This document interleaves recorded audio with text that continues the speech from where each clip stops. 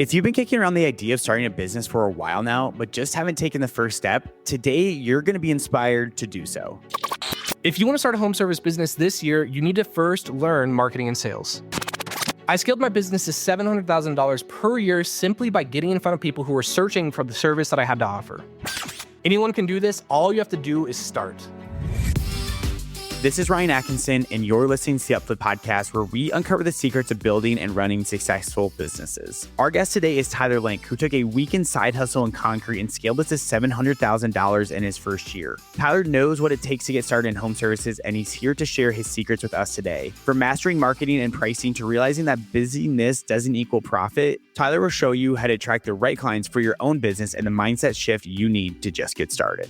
Tyler, I'm so excited to have you on today. Thank you so much for being here. Yeah, heck yeah, Ryan. Thanks for having me, man. I'm super pumped. Yes, and we're going to talk about a lot today. Margins, revenue, marketing, all that stuff. But we got to rewind the clock and go to the very early beginnings. How did you join your father-in-law in the concrete business? Man, it's kind of funny. I don't think anyone ever is growing up and is like, I'm going to be a concrete business owner. Maybe some people, but that was absolutely not me, which is so funny. Basically, long story short, I was the kid that was always selling stuff. So I used to basically steal my dad's energy drinks because he worked for an energy drink company.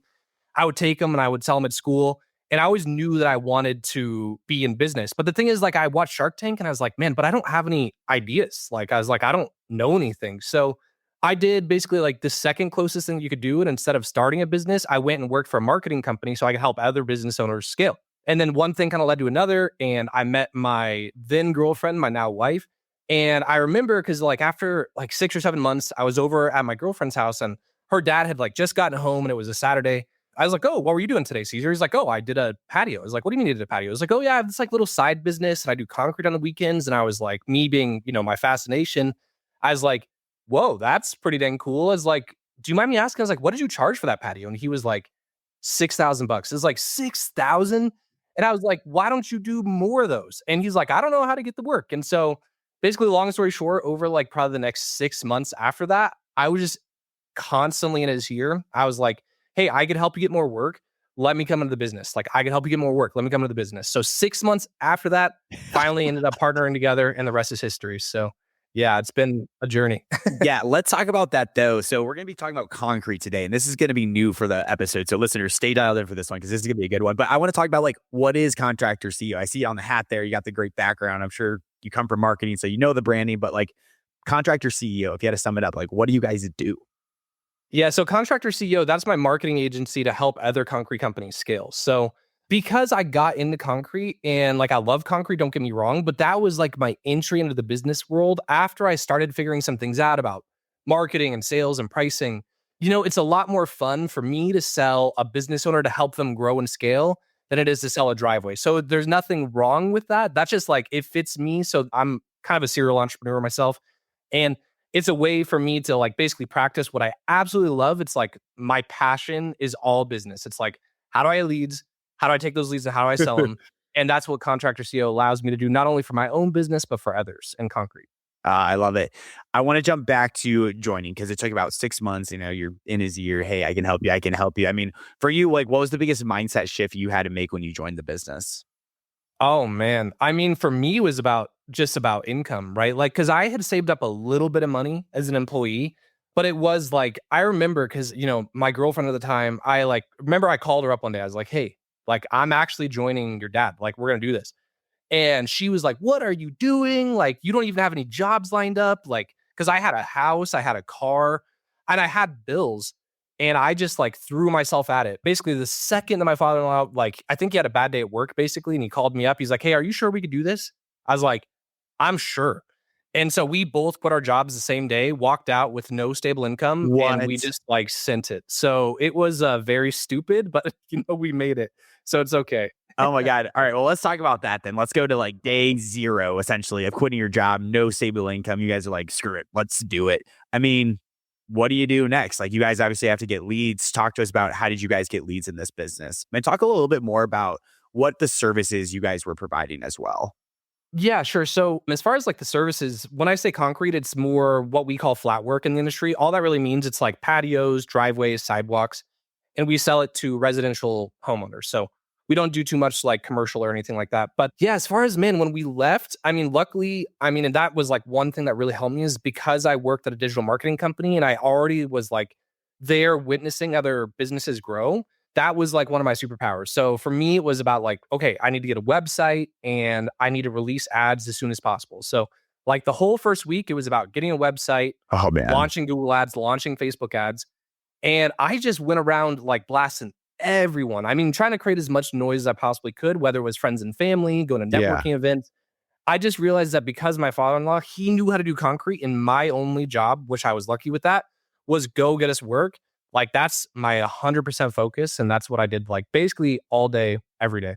Oh, that's so cool. I want to talk about the lead generation part of this because that's what our listeners love to hear. Cool. You can talk about finance, you can talk about ops. At the end of the day, what we care about is lead generation here. So you're running a lot of Google ads, you're getting the website up. I'd love to hear like how long did it take for you guys to get that first lead in? Man, I got my first lead, I'd say about like a week and a half after basically going full time. And the way that I bought my way into the business was I had about, like I said, $10,000 saved up, but I had really no way to pay bills. But I basically said, hey, because like we didn't really have any equipment or anything, I basically took all of that money and I dumped it into ads and all at once. But I think right away, like we were spending like $3,000 a month on Google ads. And yeah, just like a week and a half in, we started like basically getting leads, which was basically like a couple days after I launched the campaign. That's so interesting. So basically, get the leads, you hand it over to Caesar, you said his name was? I did the sales too. So I was like customer acquisition. So I was in charge of like getting a lead, selling the lead, scheduling the lead. And then at first too, because it didn't take all day to sell stuff, when I would sell stuff, I would still go with Caesar to the job site.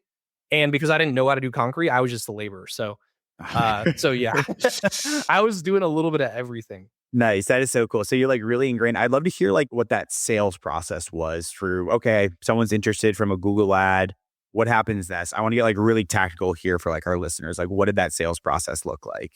Yeah, sure. And maybe, and I'll tell you how it started, but then we might want to talk about how it progressed Yeah, because I'd love to hear just that. because we started somewhere, it was not technically right. Because it was funny because when I got the first lead, they filled out a form and I like called Caesar. I was like super excited. I was like, oh my God, we got a lead. And I was like, so what do I do now?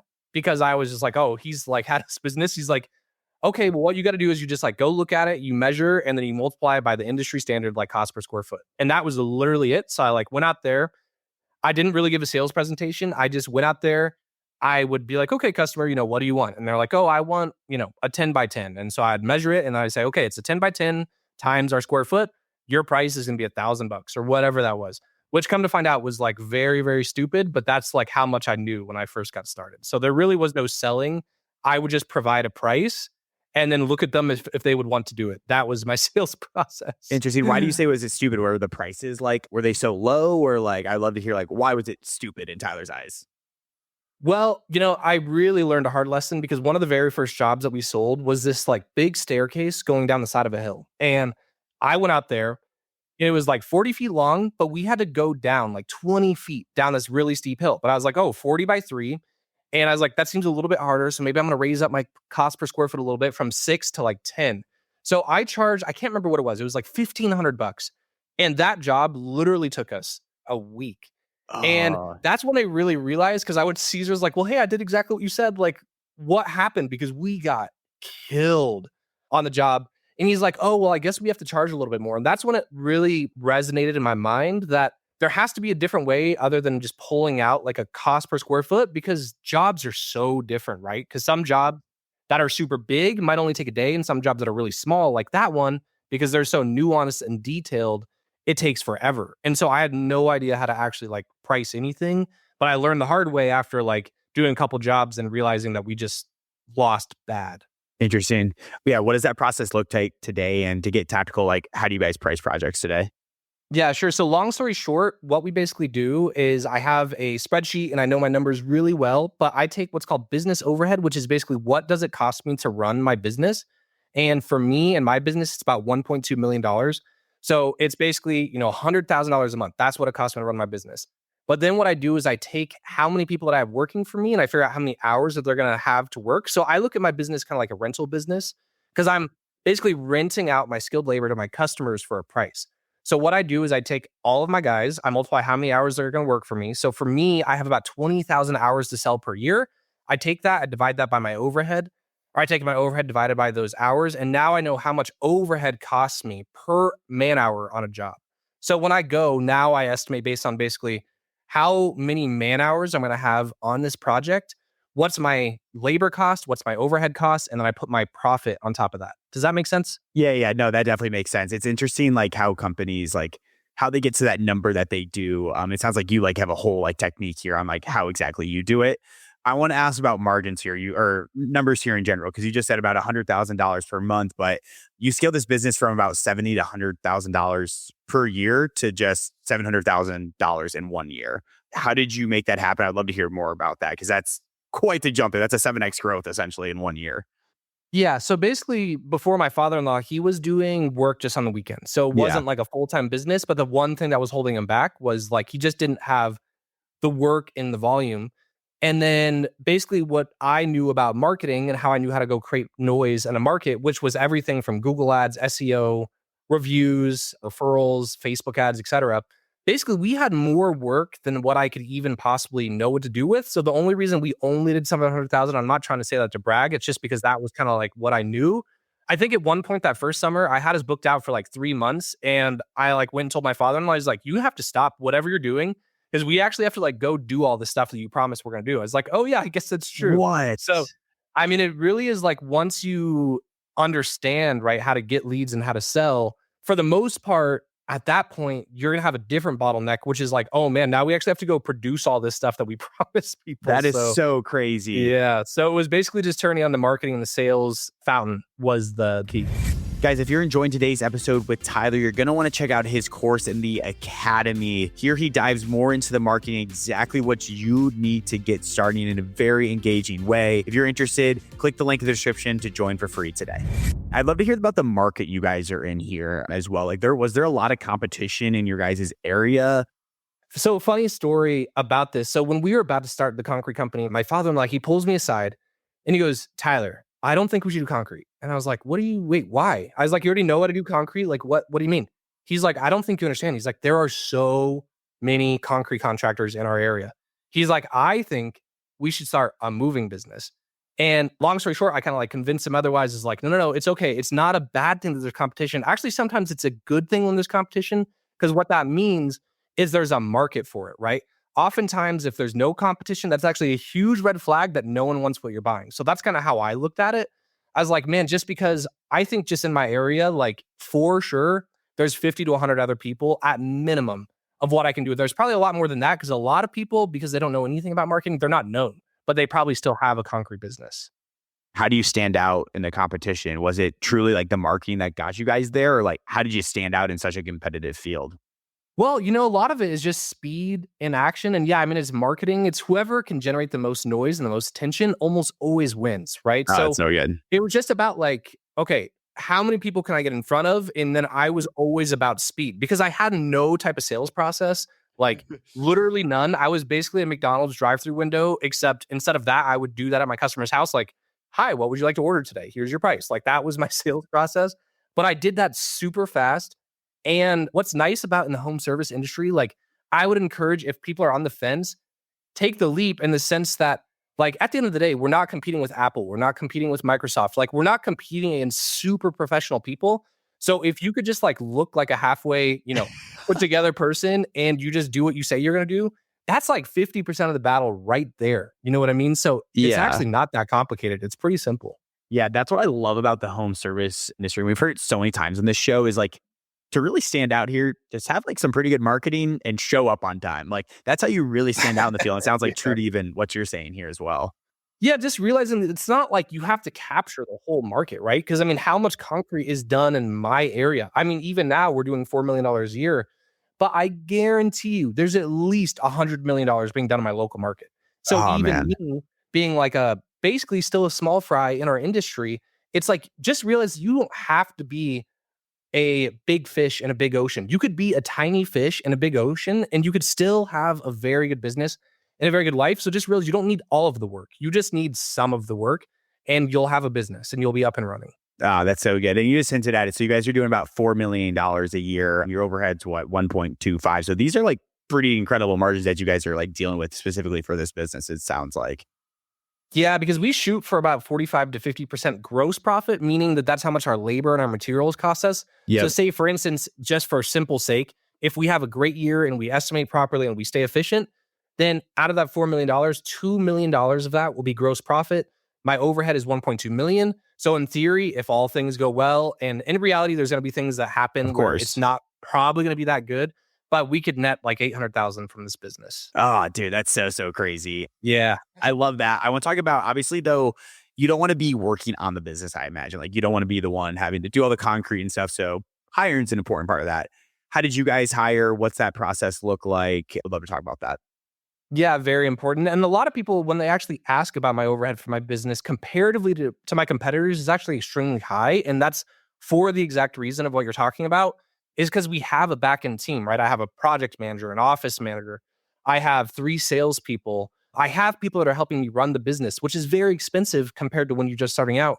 As far as I went about hiring, again, I don't know if this was the right way. It's just what I did. I've since changed my model a lot. But when I first did it, I just wanted people that I could trust. So I looked more for people that I could trust and that I wanted to work with them over their talent and their skill set. The very first person that I hired was actually one of my best friend's wives, and she's still with me today. So, man, she's been with me now for like 5 years. That's nuts. And for me, I just literally went out to like friends and family. I was like, hey, I need someone who could do this. Is there anyone who's interested? And because I already had that connection with someone that I personally knew, at minimum, I felt like I could trust them, which for me was like half the battle. Now it's a little bit more complicated than that. But that's the thing, is when you're first starting in business, you don't need to be perfect. It's more about action and speed over basically being perfect, if that makes sense. So for me, it was literally just about who I knew and if I could trust them. And if we could basically come to an agreement like, hey, this is how much money you're going to make. And this is your rough responsibilities. And if we just went at it. I love it. I'm literally taking notes during this. The action and speed over perfection, especially when you're starting out, is so important. Like, some people get so caught up in like the business plan, like, oh, we need to do this is how it's going to work. A lot of times you just take action. That's like the first step and like truly getting a business off the ground. But the hardest step to take is actually taking action. It is. And I don't really like doing that, because I think what a lot of people don't realize, if you're trying to start, and let's just say if you're creating a business plan and you're thinking about steps like A all the way through D, you're like, okay, first I'm going to do A and then B and then C and then D.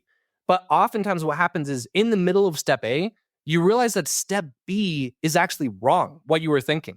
And so oftentimes, and this is why they call, like, imagine running a marathon in the fog and you could only see like 10 feet in front of you. But when you go 10 feet, well, now you could see the next 10 feet. And then you do that 10 feet, and then you could see the next 10 feet. And what I've realized is if you just start going, the path will make itself clear and you can't actually see what's in front of you 10 feet past in the fog. But when you're at that 10 feet, then you can. Oh, so good. Yeah, that is great advice. I haven't heard that analogy before, though, so I really like that. We've gotten super actionable here, and I want to keep going down this trend of actual advice here. So let's talk about marketing avenues right now of what you know. Been in the industry for whatever, 5 years now. You know digital marketing, you know it all. What marketing avenues have you found to be the most effective in your industry today? So yeah, it depends if you're going to go paid or free. So the way that I like to think about it is if you have money, you could basically pay to gain back your time. So if you were going to pay, I would say at a minimum, you want a foundation. And what's nice is I'm in concrete. So for all my concrete guys, they're going to understand this.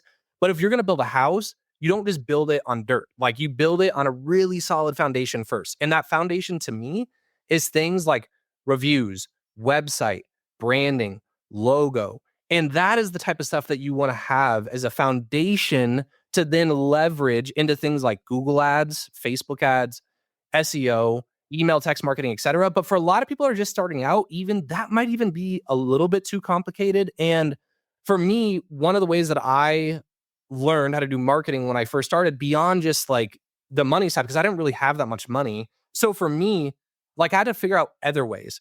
And so there's a couple different strategies that I love to recommend. And one is called my referral partner strategy. And so that's something that I'd love to share with the audience, because this could honestly be like, out of my $4 million, I get about $800,000 of revenue just from this, and it's free. But what I basically do is I will call people who are in opposite markets, but we're around the same type of customer. So say, for instance, I'm in concrete, and I would call a pool builder. And what would be nice about a pool builder is they would go and install this beautiful pool for this customer who just spent like $60,000 on this pool. Well, what's next after they need a pool? Well, they need a nice pool deck or a nice pool patio. And so I would call these pool contractors. I'd say, hey, my name's Tyler. I'm with Caesars Concrete. We love doing pool decks. We could do beautiful pool decks. If you send me some jobs with pool decks, well, then I'll throw you a referral fee. And so now we have like pool companies, we have landscaping companies, I have pergola companies, I have GCs, I have all these people who are out there selling their own work and they're around my dream customer. And then you partner with them, right? And all that takes is effort and not necessarily money. So a lot of people, if they're starting, they don't have money. You would be surprised how much work is out there. If you could already like think about it like a train, all of the energy that it takes to start a train. So that's kind of like your own marketing, but there's other trains that are already running and you could literally just run next to the train and jump and hop on it and catch some of the things that they're leaving behind that they don't do. And so no matter what market you're at, right? If you're a painter, then maybe get around a window washer or vice versa, right? Or if you are doing siding, maybe get around a roofer. There's so many different businesses where they coincide together. And it's just about going out and building that relationship with other people who are already running. And you're basically jumping on their marketing engine. So that's one of my first ways to start if you don't have money. That is very, very good advice there. So thank you for breaking that all down for us. I want to keep like going off of that though. So when you're building these relationships, I mean, take us through a little bit more like the playbook. Do you just call them, say, hey, like I'm offering this, you offer this, like let's make a deal. I'll catch you a referral.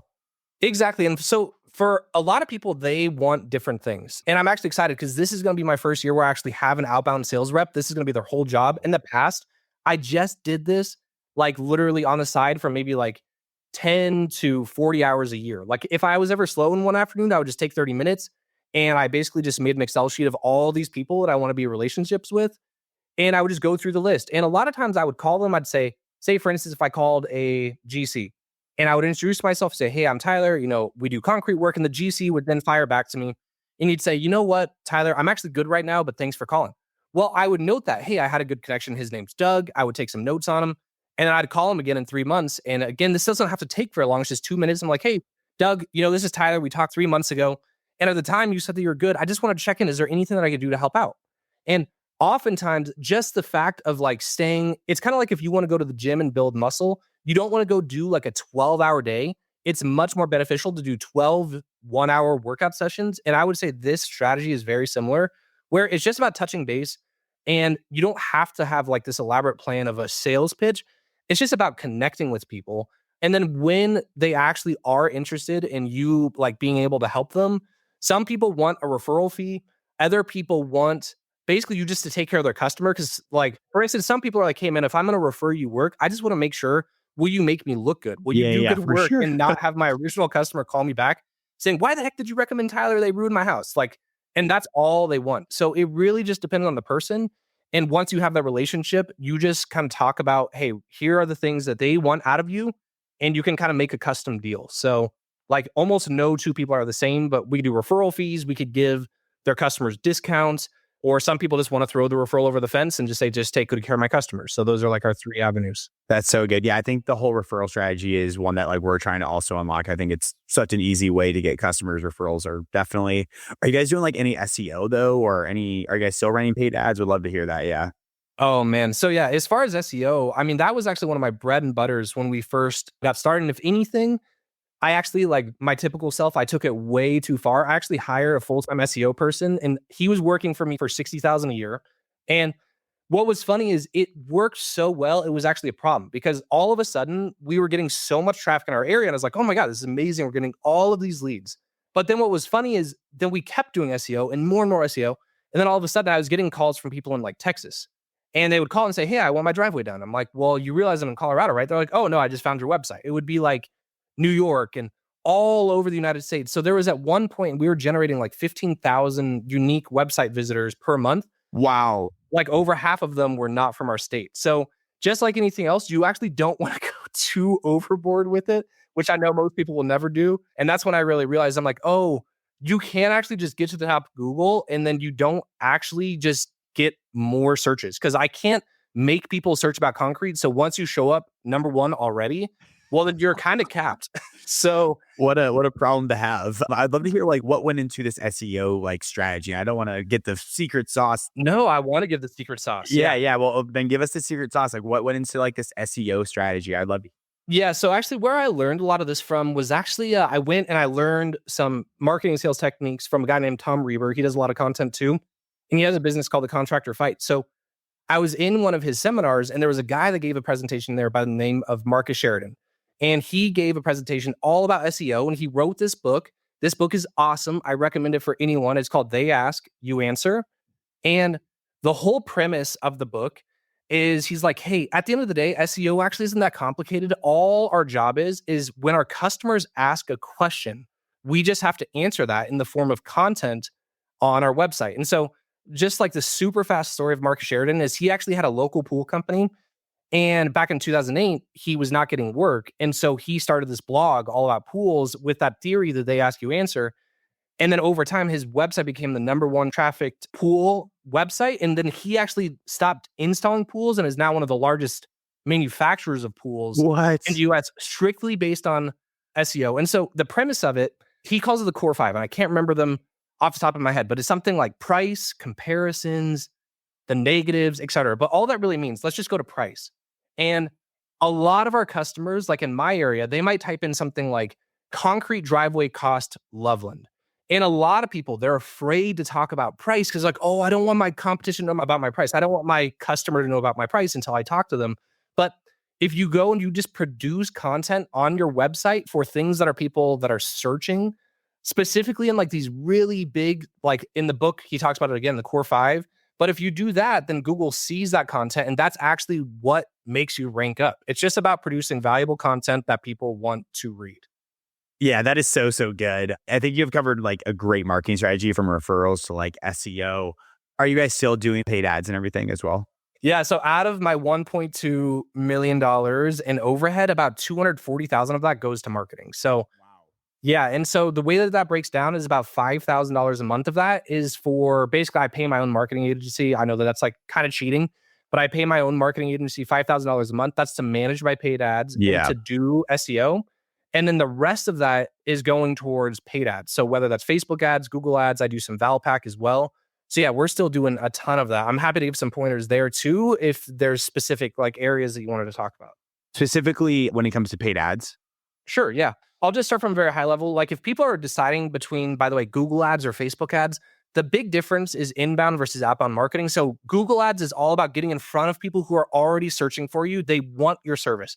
Facebook ads is all about pushing your message in front of people who you think would actually be interested in your service, but they're not necessarily looking. So Google, if you think about it from that perspective, where we're just trying to get in front of people who are searching, basically the way that it is, it's a little bit technical. All it really is we're just creating certain ad groups around what people are searching for. So say, for instance, I have an ad group for driveways because I want to get in front of people when they're searching the keyword driveways. I have another one for patios. I have another one for stamped concrete.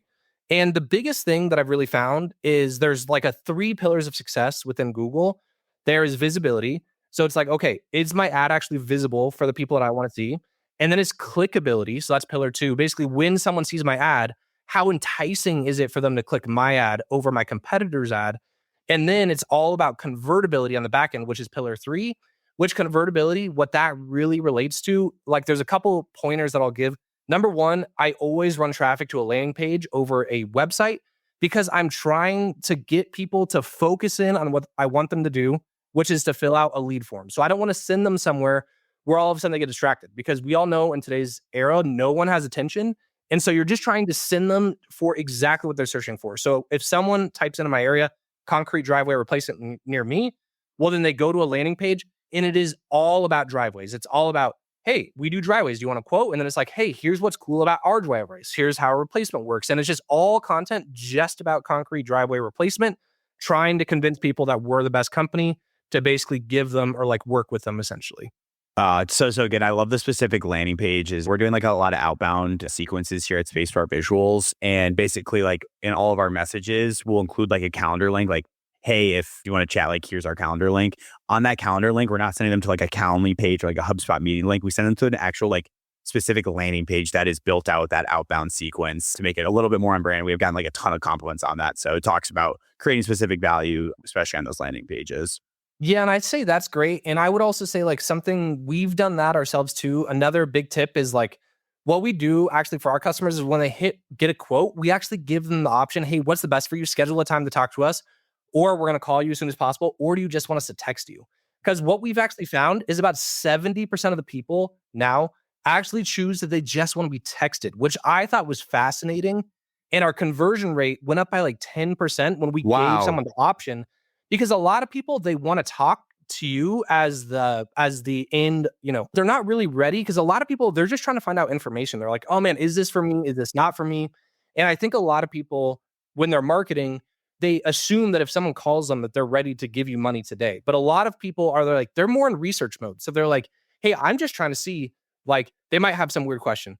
Hey, just what's a rough price range? Because I got $500 and I don't know if that's going to be enough. And you know what I mean? So for a consumer, it's a lot less scary to be texting someone over like, oh my God, someone's sitting in front of me and I'm like kind of embarrassed. I don't want to tell them I have $500. So For sure. we tried to meet our customers where they're at, and that's helped our conversion rate a ton. Yeah, I think that is so, so good. I've actually never heard that advice. So that is really, really good. I think we've covered a lot about marketing. I do want to hit on like managing costs as we wind down here, but love to hear like what advice do you have about managing costs and like knowing your numbers? Sounds like you have a whole spreadsheet, like you know everything down to the numbers. So I'd love to hear that advice you have.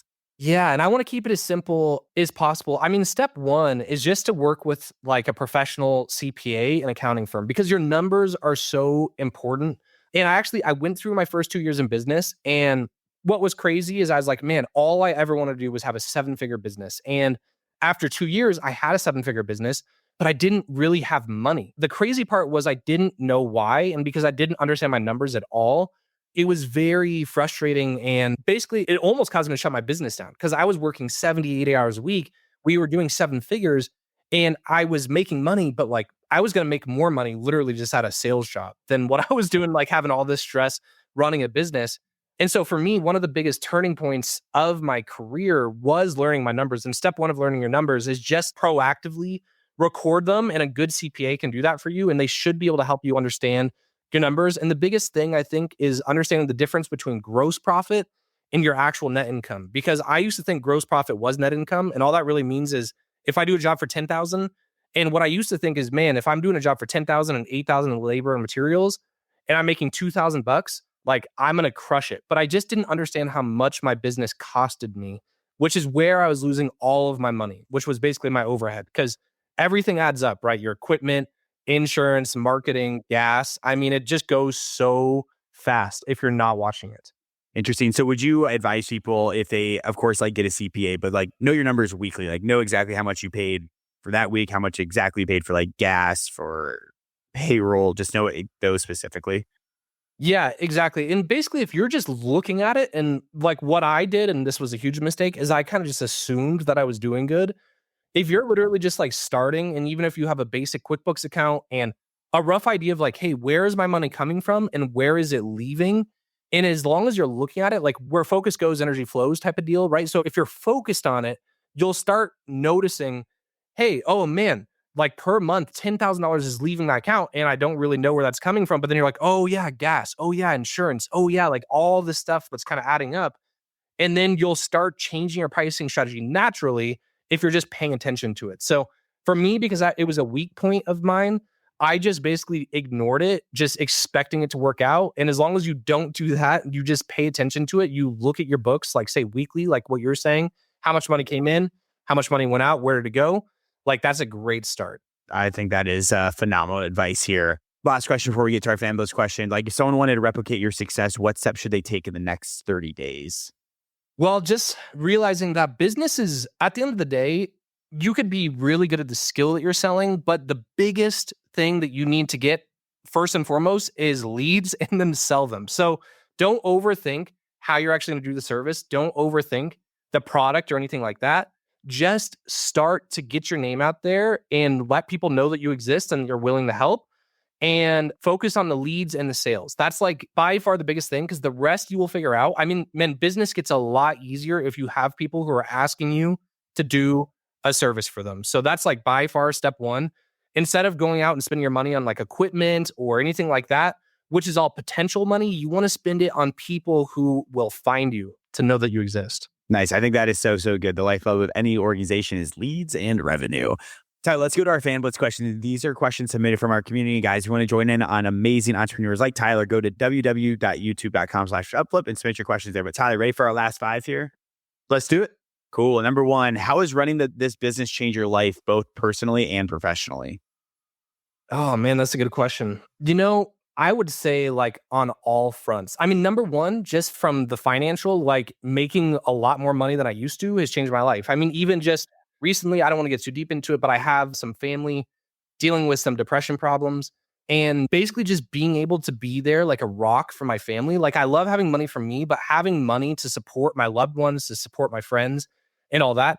That's like everything that I've ever wanted. So like it's amazing to be able to give back. Like I just donated, say, $1,000 to one of my neighbors' school programs for the kids. So it's just like cool to be able to actually like make money, make a difference, and it like makes you feel good about yourself and that you're spending your time. So like that part is great. And then I would say from the other perspective, for me, is I love having control. And when I say control, not necessarily a control freak, but I like being in control of my destiny. And before, when I was an employee, actually one of the things that really made me want to quit is when I was a salesman, they changed my commission structure overnight and it radically changed my life.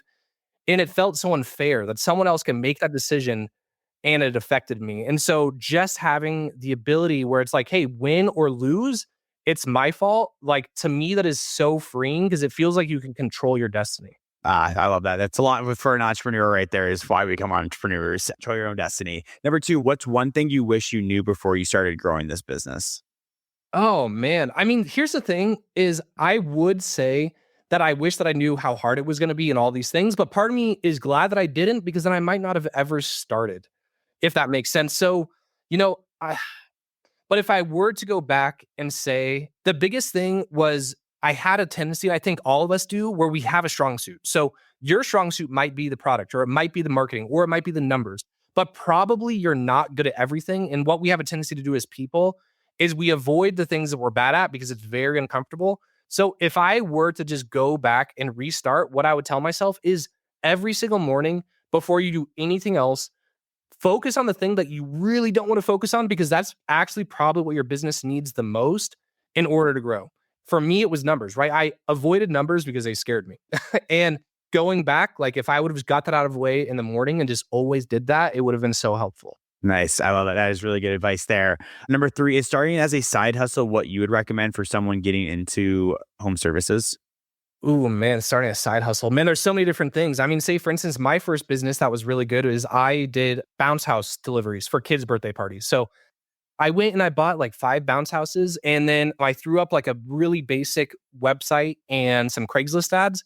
And people would basically call me to rent out what I had for bounce houses at kids' parties. And that took no skill. It just took like a little bit of hustle and basically purchasing an asset that other people wanted. So again, I don't think you have to overthink it. I mean, I know millionaires in painting. I know millionaires that are doing window washing. I know millionaires doing about everything. The biggest thing is just like coming up with some type of service that other people want to pay for because they don't want to do it. And they're just finding where those customers are. And man, there's just so many different ways to do it. I don't want to name one as like the best because to me, it's possible to make money in any of them. Yeah, I think that's so good. Number 4, what's the biggest purchase you've ever made? Oh man, probably a piece of equipment. I have like a $250,000 dump truck. Oh gosh. But beyond that, it feels a little bit different because you make payments. I have purchased coaching programs for $50,000 where $50,000 leaves your bank account like today. That feels a little bit more painful because you're not paying over time. You're just like, oh man, I had this money and now it's gone. So for me, it's been coaching and information. Oh man. Wow, that is nuts. $50,000 for coaching is crazy. What is the most enjoyable part of this business and the least enjoyable part of this business? Yeah, I would say the most enjoyable part is getting to work with my family. And lucky for me, like I run like a small family company. And so what I've noticed is I've really built like deep bonds, right? I work with my brother-in-law. I work with my brother. I work with my father-in-law. I work with my best friend's wife. It's just been cool because you get to know people on such a deeper level and you like feel this sense of camaraderie where you're like trying to accomplish a goal as a team with people who you love and who are close to. So that was the first part. And what was the second part of your question? The least enjoyable part. Oh man, I mean stress by far. I mean, when you're I feel that. managing, I have a concrete company, I have my marketing company, we have a lighting company, which we didn't really even discuss, but it's kind of part of the company. And there's just a lot of things going on. And especially when you're the one at the head of the ship, you feel a lot of responsibility, right? Because I mean, we have over 20 employees, sometimes over 30 in our busy season. And you just feel that responsibility because you want to take care of everyone. And so sometimes that creates like the pressure really rains down on you. But what I will also say is that pressure has made me so unbelievably strong that I'm so thankful for it. So I wouldn't ever trade it away for anything because like it's what makes you grow as a person. But there are days that I wish that would be a little bit easier. Nice. So good. Well, Tyler, this has been an easy podcast episode. You have been so great. Thank you so much for joining us. If someone's like, oh my God, I need to learn more about Tyler, where can they connect with you? Just go to Instagram and look me up, Tyler Link. My handle is It's Tyler Link. And yeah, I'm down to answer like any questions, whether it's getting started or marketing or whatever. Just shoot me a DM. I'm like super responsive there. Everyone, that was an amazing episode with Tyler. 3 quick takeaways for you. Number 1, it's good to not have competition. I thought this was a really good tidbit. A lot of times we hear, go in industries that don't have competition, but it could actually be a red flag if you don't have competition. Number 2, just show up and have good marketing. That's what it comes down to in home services. If you really want to get ahead, just show up and have good marketing. You're 50% of the way there. Number 3, he talked a lot about marketing, but his referral strategy I thought was so good. He's making over like $500,000, $700,000 a year just on this referral strategy alone. So definitely dial in for that. If you've been enjoying this podcast, please don't forget to leave us a review. Your reviews and feedback allow us to bring more amazing podcast guests like Tyler onto the show. Awesome. Tyler, thank you so much for joining us today. You were amazing. All right. Thanks, Ryan.